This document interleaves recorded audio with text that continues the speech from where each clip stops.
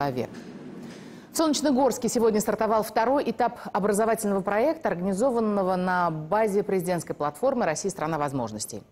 Целью является подготовка молодых управленцев, которым в будущем предстоит решать проблемы регионов. На специальных тренингах участники проекта смогут научиться работать в команде, сообща искать пути решения различных задач, а затем отстаивать свои предложения на презентациях. Третий этап образовательной программы запланирован на апрель, четвертый, итоговый, должен пройти в мае.